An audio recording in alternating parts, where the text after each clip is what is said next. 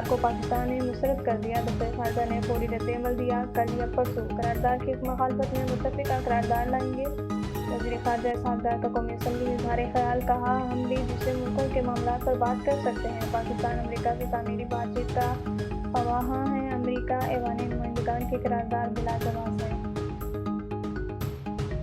Election commission बतौर आज़ाद उम्मीदवार भी PTI वालों को बल्ले का निशान दे सकता है, मगर नहीं दिया। सजा तो सिर्फ पार्टियों को मिली थी। PCB का जवाब तसल्ली बख्श नहीं। सुन्नी इत्तेहाद काउंसिल के मसूल नून शिफ्टों के केस में चीफ जस्टिस के रिमार्क्स। जस्टिस आयशा मलिक ने कहा, इलेक्शन कमीशन ने खुद कंफ्यूजन फैलाए। जब उम्मीदवार से वाबस्ती रखी, उसे आज़ाद कैसे डिक्लेयर किया। इलेक्शन कमीशन के वकील के दलाइल जारी। दौरान इद्दत निकाह केस में बानी PTI और बुशरा बीबी की सजा मुअत्तल होगी या नहीं। एडिशनल सेशन जज अफजल मजूका आज 3 बजे महफूज फैसला सुनाएंगे। आई होप के दोनों को कसूरवार करार देते हुए 7 साल कैद की सजा सुनाई।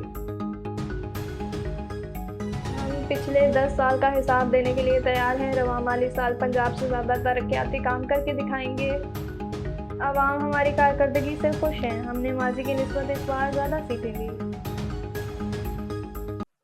हेडलाइंस आपने जानी। आपको बताएं, अंधेर नगरी चौपट राज। उमरकोट के ब्यूरो चीफ के बड़े भाई मुजीबुर रहमान को अगवा कर लिया गया।